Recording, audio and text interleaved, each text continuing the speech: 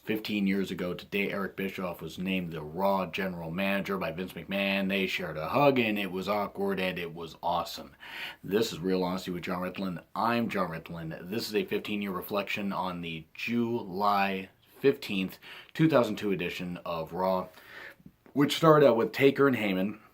Heyman talking up Undertaker and everything, who was the undisputed champion at this time. Great opening promo.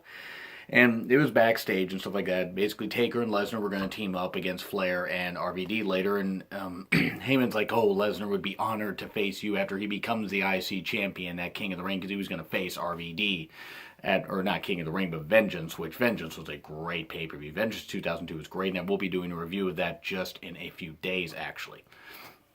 It was a great promo, and basically Taker and Heyman had some history going back to the WCW days when Taker was Mean Mark Callis and Heyman was, of course, Paulie Dangerously.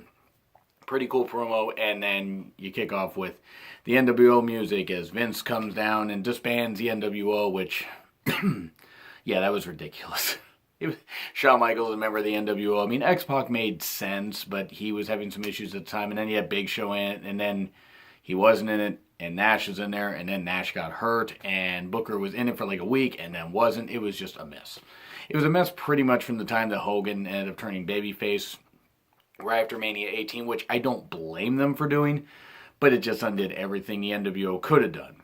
Though, if only somebody could have booked the NWO and WCW in this as an invasion better. Oh wait, I did that. I did it last year in a 4-part series. So check that out. It's my fantasy booking playlist. I think it's near the end of it, or near right in the middle. But the bottom line is I really had a lot of fun doing that, and I hope to get some, good feedback. It was about a year ago, actually, at this point that I did that. So anyway, Vince disbands the NWO, says he goes through the eras like the Buddy Rogers era, Bruno Sammartino, Bob, Superstar Billy Graham, Bob Backlund, Hulk Hogan. He just mentions a whole bunch of them. I mean, he even mentions Steve Austin. Steve Austin gets some boos because Austin just recently walked out of the company. And Vince promises to shake up Raw and SmackDown. He's going to announce new GMs for Raw and SmackDown. He's going to announce a new GM before the first hour is up. And then our first match, Jeff Hardy, Bubba and Spike Dudley versus William Regal, Chris Benoit, and Eddie Guerrero's elimination tag match. Is basically meshing two matches that were going to happen at Vengeance. Jeff and William Regal, European Championship. Jeff Hardy had just beaten Regal the week before to win the European title. And then Benoit and Guerrero were facing Bubba and Spike Dudley at Vengeance in a tables match, which was pretty damn good. And it was elimination tags. Spike was gone pretty quick. Then Bubba got DQ'd.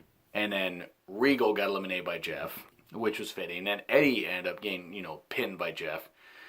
And it looked like Jeff might actually do a clean sweep. And then Regal, while the referee's outside, or, distracted, boom, Regal comes back in, brass knucks to the head. Jeff gets pinned. Or Jeff was going to get pinned, and then Benoit just locks on the crossface. He doesn't tap out, just one, two, picks up the arm, and it flops down 3 times. That's it, Jeff Hardy eliminated. Pretty good match, and then they brought out, a table that they were going to put Jeff through, and then the Dudleys, Bubba and Spike run back down. And it just hyped up the match. It's really nice, so it was pretty cool. And you had lots of build for who the GM was. I mean, you had a lot of people backstage being interviewed. Ric Flair, which it was cool. They had Flair and Bischoff later have a backstage segment, given the history that they had and the heat. Unfortunately, it's been buried since, but at the time there was still some heat. And then Shane appears out of nowhere, and it's like, the assistant, Vince's assistant, shockingly, he has female assistants. Actually, I'm not shocked. Shane appears, huge pop, but, Shane's not the new GM, but he's like, you're going to, let this guy come in, and yeah, I know who it is. He's going to wreck the whole business. He's just basically going to destroy Raw. He's going to destroy WWE. How dare you bring him in? And then Wild Stevie Richards appeared, and is talking to Tommy Dreamer and, talking about, you were selfish for what you said about ECW and sticking up for the boys against Heyman, and why don't we have a Singapore Kane match? And then it's like, you bring your stick, you whip your stick out, and I'll whip out mine. And Goldust is backstage, so of course Goldust reacts to it. And Richards and Dreamer are having a laugh and everything, and then club right in the ribs. And then Dreamer, as Stevie Richards hits Dreamer, Dreamer gets busted open there in the Singapore cane match. There were some decent spots. It was not much of anything. And of course the crowd's chanting ECW because even a year later they couldn't let it go. And actually, 16 years later now, you still can't let it go. ECW's dead. Thank God ECW's dead. And I will be doing an unpopular opinion about ECW. And a lot of people aren't going to like that. But anyway. It was decent for what it was, and Dreamer did bleed, and he won. I mean, Dreamer ended up beating Richards, pretty violent cane shot at the end. Pretty cool. And then, this is the one quibble I had with Bischoff being named Raw GM. You had Booker and Coach backstage, and it was ridiculous. I mean, Coach nearly cracking up as Booker tries to make him do a Coach Rooney, so he tries to do that, and, or if Coach botches it horrible. I mean, he's not very athletic, I guess, or unintentionally athletic here. But Booker's just like, are you sure you're black? And this Coach is just interviewing him. He's got the mic, and he's like, he's trying so hard not to laugh. He's doing better than Shelton Benjamin did when his mama slapped him in 2006. I mean, Benjamin couldn't even... He couldn't even contain himself. She slaps him, like, it's like a play slap. And he is just pushing her in a wheelchair and just laughing. But anyway, that's another review for another day. But this is the only issue I had with it. Booker is like, look, and they zoom up on Booker, and he's like, what the hell?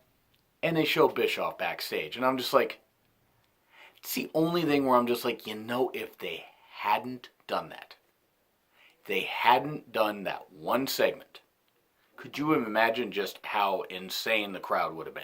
I mean, yeah, it gave a hook for the commercial, like, oh, Bischoff's just back there. Oh, Vince isn't going to actually name him. Oh, God, Vince actually named Bischoff the Raw GM. And they met each other 5 minutes before they went out there, and, they had that hug, with that really awkward hug between two grown men that literally went to war with each other in the Monday Night Wars. And I think, if I remember right, Bischoff said in an interview, he said what Vince said to him spoke a lot, but he said, I'd like to think if it's like, if the shoe was, if, the roles were reversed, that you would do something like this for me. And that meant a lot to Bischoff and spoke a lot to him. And Bischoff was a hell of a GM. He cut a great promo talking about how he came this close to beating WWE when he was in WCW, which it's true. He was this close to doing it. And I think had they not botched the whole Starrcade 97 thing and not botched a lot of stuff, it's like especially that. If they hadn't botched that and some of the fallout there, they probably would have beaten WWE. But nope. Vince turned it into a positive and just... Even though the ratings were competitive, even in 99 when WCW didn't win any of the ratings, they were still getting good ratings.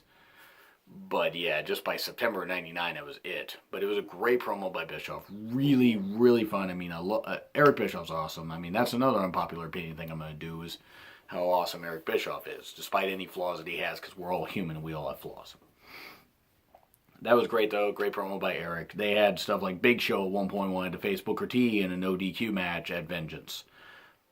Fine, yeah, that's not a way to sell your pay-per-view, but whatever. And it's nothing against Big Show, but Big Show needed a fresh coat of paint by being on SmackDown, which he would be a few months later when he would leave Raw and go and feud with the Bork Laser, the future Bork Laser, but the Brock Lesnar.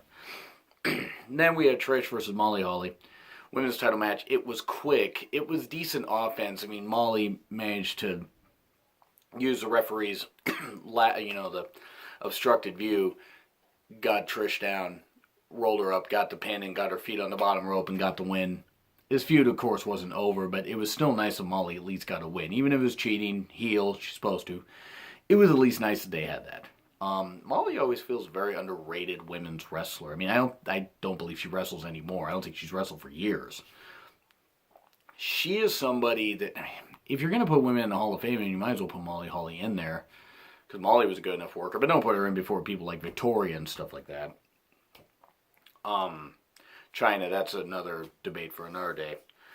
But you're going to run out of women eventually to put in that aren't already in, that weren't already really good workers. Maybe besides Gail Kim, if this is her last year in wrestling, you could bring her in and have her inducted, which she should be for everything she's done in wrestling, even if her WWE runs weren't good. But anyway, decent women's match, but pretty quick. Booker versus Big Show. It was decent, but it was a DQ. Booker brought a chair in. At one point, Big Show punched the chair, hit a clothesline. Booker did a 360. Big Show lays him out with a chair, hits him with a choke slam through the table, the announcer's table. And then thus Big Show decides to ask Bischoff, hey, can you make this match no DQ, me versus Booker T at Vengeance? And he does. So, and you had Christopher Nowitzki versus Bradshaw for the hardcore title. Nowitzki was basically playing the cowardly heel. I mean, he tried to say, just lay down, I'll lay down and you'll pin me. I don't want this hardcore match. And he tried to roll up Bradshaw. That didn't work. Got the shit beat out of him, went backstage. At one point, Bradshaw's chasing Nowitzki, gets blindsided by Johnny the Bull Stromboli. Johnny the Bull Stromboli or Stamboli, I think. I always screw that name up. Johnny the Bull, I'll just call him. He appears, ends up, attacking Bradshaw, gets the pin. So, hardcore rules 24/7 anywhere. You just have to have the referee. And Johnny the Bull's the new hardcore champion. He's thanking Bischoff later. Thank you for giving me the opportunity. Bradshaw blindsides him in Bischoff's office. 1, 2, 3. Bradshaw ends up introducing himself again to Bischoff, like he tried to earlier when Bischoff introduced himself to The Undertaker, and he just blew Bradshaw off. Which, in retrospect, given how Bradshaw's been basically a prick almost his whole career, probably a good thing that Bischoff did that. And then RVD and Ric Flair versus Brock Lesnar and Undertaker. And basically this was Undertaker since he was the Undisputed Champion. He could be on Raw and SmackDown.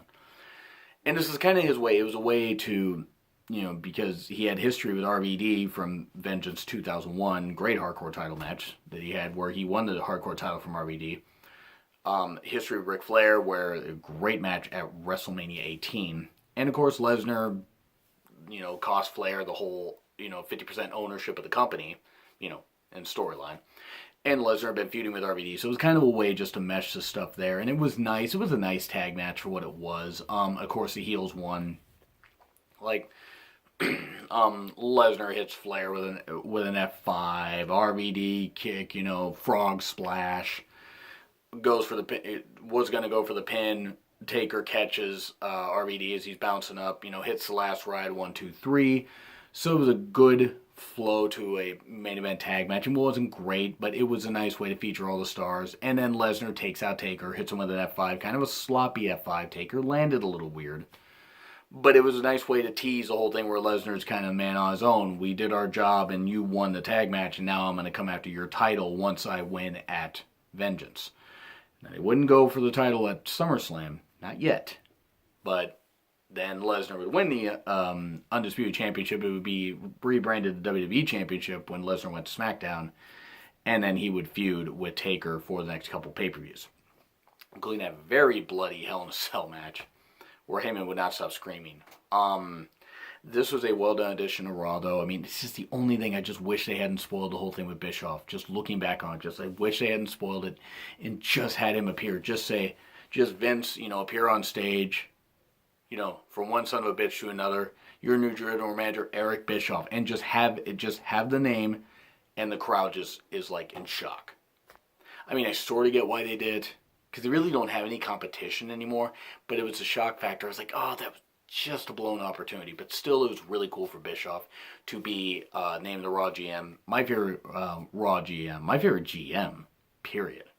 I mean, sorry, all due respect to Daniel Bryan, but just Bischoff is, I'm a fan of Bischoff. I get why some people aren't, but I'm a fan of Bischoff. Anyway, that's what I gotta say. That was a well-done edition, and a 15-year reflection on the July 15, 2002 edition of Raw.